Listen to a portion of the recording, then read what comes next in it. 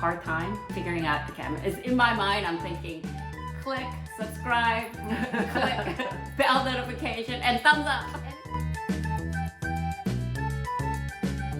Hi everyone, welcome to my channel. Today I have a special guest. My sister is here with her mask because she doesn't want to show her face. But anyway, I wanted her to come over here and talk to you about Hermes exotic leather. As you may have seen, recently I uploaded a video where she acquired a crocodile Hermes vintage bag. So this, and those of you who've been watching my video for a while know that I really don't like exotic. I don't like the feel of it, but also I always had a question about ethical sourcing of these exotic bags. So I brought her over here because I know she's done a lot of research. So I thought maybe this would be a really good time to sort of share all the knowledge that you've gained. I'm no expert. In fact, I got into luxury bags way after you did. Yeah, So I did want to, though, kind of explain, because people are very quick to judge, I think, when it comes to exotic leathers. Frankly, just so you all know, I'm a vegetarian and I have been since I was 7. So I feel like, if anything, I've saved more animals than most people in this country by not eating meat. And plus you don't eat fish. No, meat or fish. Right, totally vegetarian. And she's on keto diet, so I don't know how she's So I eat a lot of dairy. But that aside, you know, I understand that people freak out a little bit about exotics, and that's a euphemism, to be realistic, right? It's crocodiles, alligators, lizards, snakes, and I don't know why, but for whatever reason, people have more of an issue with those animals being killed for their hides than they do for sheep or cows or goats, which are also used for a whole bunch of luxury purposes. I think, I mean, just for me, I think of that as because you could eat, I mean, it's not like it's wasted, right? So sheep, cows, we eat beef, you know. But do most people do the research to know if those animals' meat are also being eaten and then the skin's used? You assume they are. You assume that they're not wasting. Yeah. You assume that they are, but I don't think most people would, if they answered truthfully, would actually be able to tell you whether or not the meat was being used or not. Okay. At Hermes, they do. In fact, all of those regular, the leathers that they use, they are kind of the byproduct of meat acquisition. Oh, okay. And the exotics are not. The exotics are farmed animals for their hides. Oh, so see, that's what I mean. So there is that difference, at least at Hermes. I haven't done the research at Louis Vuitton or Chanel or anything else. Okay, so my sister likes beautiful, one of her other bags that I featured on my channel is her Capucine BB, which she brought. This is with python leather, right? It's absolutely gorgeous, and I think... And this is the regular Tyrolean leather, which is cowhide. And I'll link these videos below where we just talked about this bag, and also how many exotic... That's it, right? Just that, the python and the crocodile. Right. Okay, so one's by Louis Vuitton, one's by Hermes. Right, and to be honest, I haven't done the research on Louis Vuitton and how they acquire their various different types of leathers. Right. I did research Hermes because that was such a big purchase, and the whole bag is crocodile. And also, I know when you bought your Louis Vuitton, you were really making sure that it had CETA certificate. Can you talk to them a little bit about CETA certificate, why that was important to you? So I'm not, like I said, I'm not an expert, but as far as I know, the CETA is a certificate that basically documents the sourcing of the leather so that it's done in a supposedly sustainable way for endangered species. So there are some states, like if you live in California, you cannot buy any python bags. They don't have, however, any law against anaconda. So, you know, the laws are very hit or miss. So if you want to really be careful about what you buy and how it's sourced, you really have to do the research. Read the company's annual reports, which is what I did to learn more about how the leather is sourced at Hermes. So, but I know that you made sure that it has C-test certificate Right. just to make sure that it was. So Right. when you were buying this vintage croc, Right. so what did you find out about how they source exotic animals in Hermes? So for Hermes, they actually spend a lot of time and energy and money into making sure that the animals are treated in the most humane and ethical way possible. They audit all of their farmers that are subcontractors. So they have their own, they source all of their leathers, their standard leathers from small rural farms rather than huge, mega ranches.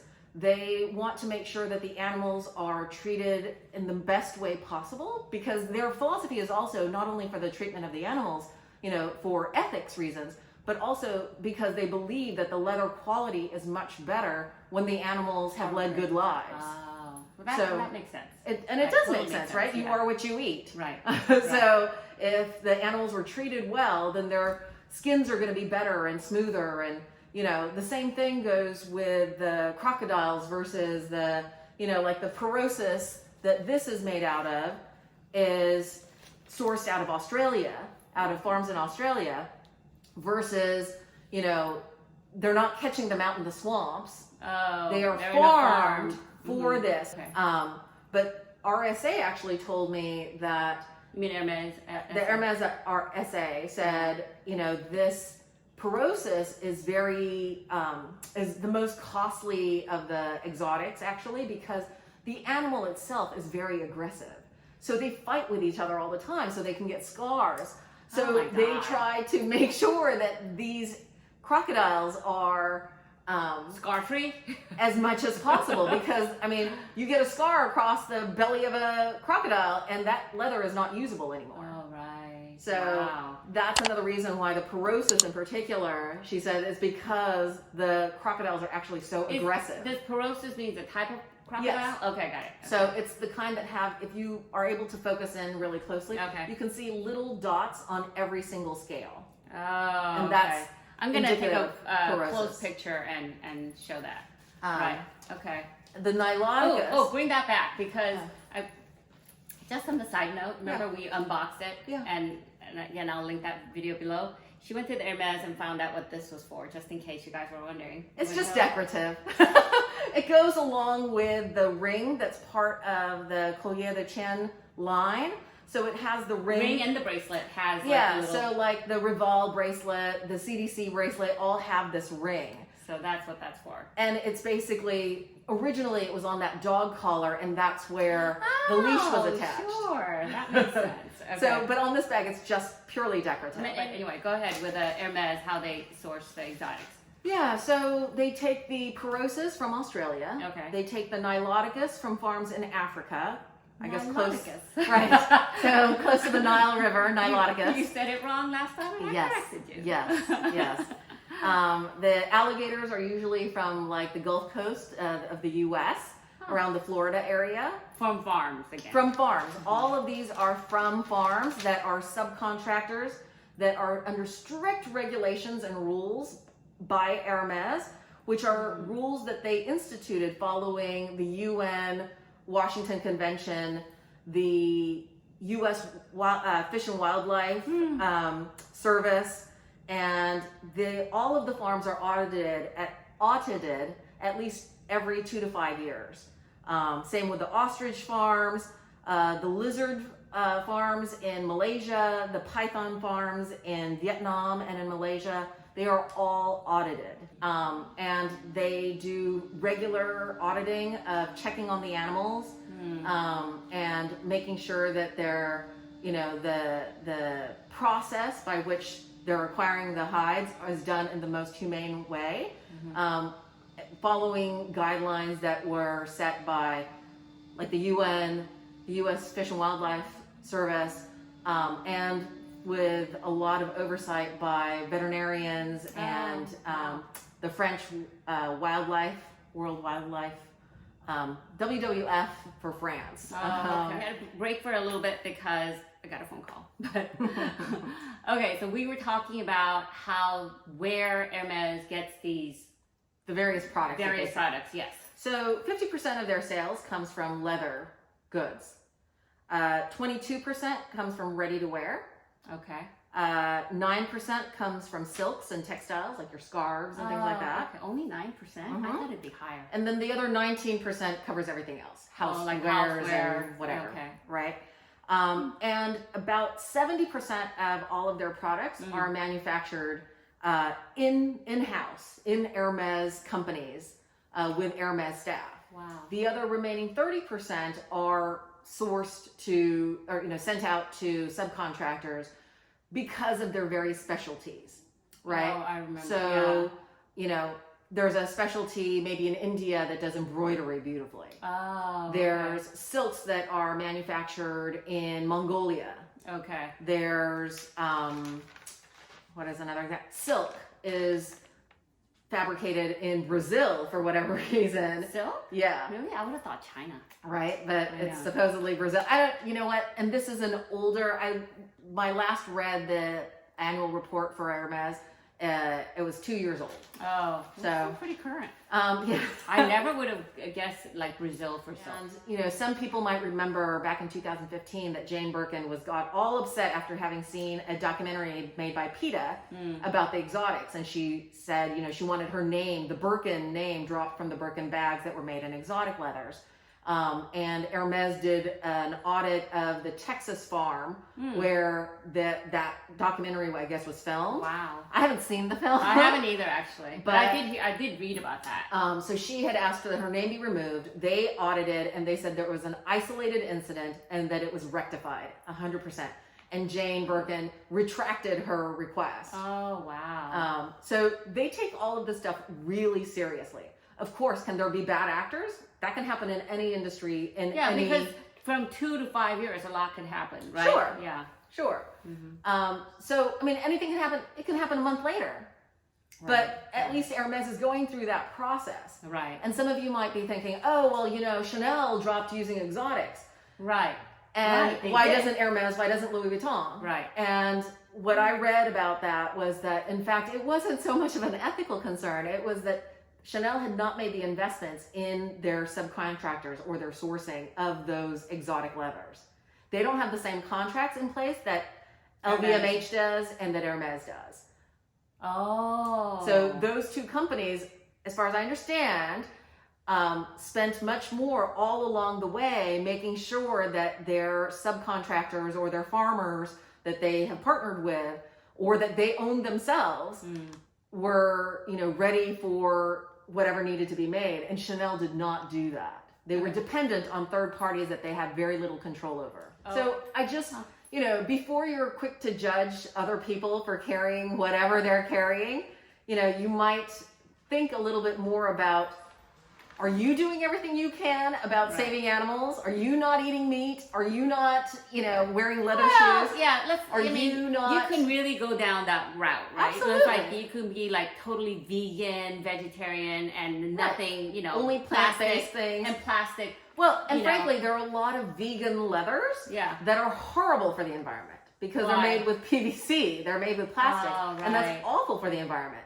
Right. So you really don't know what. If you want good, environmentally, socially conscious vegan leather, it should be made out of like cork. That's right. You shouldn't be getting stuff made out of plastics. God knows, but how they make the cork into, what kind of chemical is used. Right. Yeah, so you really need to, if you're really interested in that, you couldn't. So I just think before people start pointing the finger and saying, things that are very judgmental, they should take a look at their own lives. That's all. Right. Well, you are vegetarian. I eat meat, so. People used to get on me. I just don't like the feel. I think it looks beautiful, but I don't like the feel of snake. And that's a conscious, that's a psychological thing. But people could say the same thing about certain type of leather, like ostrich. I hate the feel of I don't like the ostrich. look of ostrich because I don't like those dots. It reminds me of like an Chicken pox. illness. Yeah. Yeah. And then, but other people love that. Yeah. So each to their own, right? So, And some people would say, oh, those, bull hides that Hermes uses that shows the veining Oh, or I the can't stand or it. the pork, yeah, whatever. that's the other thing. That pork. Yeah, so it shows the hide, the natural, That one I don't right? like, yeah. Hide variations, the natural I variations in kind the of leather. like bags that doesn't look like it came from animals. Right. I You know like- it does, like in back of my, I know it, but it's like, I don't Right. want it to look like it. Right. So like box leather, I mean, this is actually, cowhide that is treated in such a way to make this smooth, It doesn't look non-grain, like cow. right? Because there's no texturizing. The Epsom that they stamp the texture on looks more like a hide a little bit, but that's just, that's a cowhide stamping. too. Right, it's a right, stamped right. image And or this embossing. one- And this this is smooth. And this was done, in a process that was actually developed in the UK, not France. Really? But this is one of their, basic heritage leathers that, started with the company. When we saw that RSA, she was saying when Hermes, somebody corrected me on that one, Hermes gets a hide, that they go through it each section by section And make sure the consistency is all the right, same. and they only take They the best only part. take the top hide. They don't take the under layers that a lot of other companies use. Yeah. So it's top grain. It is, matched for consistency. When they make a bag, they try to use, every last bit of the hide. These hides are super expensive just to produce and to process. So Hermes also, did this thing where they make those little charms, like the, the petite like H. They had a poodle. Yeah, I know. I looked at that. But that is to save and use every last bit of that incredibly, top quality hide. That makes me feel better about a company when I hear about things like that. I mean, Yeah. my sister and I shop predominantly Consignment. right? And I made a conscious decision to do that, except for like t-shirts, underwear, and something like that. Wear that easily. But most of our regular jeans and most of it, I think almost all of it this year is all from consignment. So we are trying to be conscientious as much as possible. Yeah, And- I mean, there was a time not that long ago. I mean, I lived in New York City. I didn't own a car. I didn't drive a car. I used public transport for everything or walked. I didn't eat any animals that ever walked or swam of their own accord. In terms of my kind of footprint, it was very small. Very small, right? Now I do drive, not that much though. No, you don't drive now. So I am very conscious of what kind of a footprint I'm leaving. Right. And I think it's pretty small, notwithstanding my luxury Well, bag. and also you found out, you did all this research before you bought these exotics to make sure And that all of these bags that I've shown today were all pre-loved. right, that's right. And she got a great deal for it. Anyway, I hope you found this helpful and informative. And if you like this video, please give this a thumbs up and consider sharing it. And click the bell notification. I always have a hard time figuring out the camera. It's in my mind, I'm thinking, click, subscribe, click, bell notification, and thumbs up. And if you guys have questions, I don't profess to know all the answers, but if you leave questions in the comment section, if she doesn't know the answer to something, I will try and answer it for you. All right. All right. Bye. Thanks, everyone.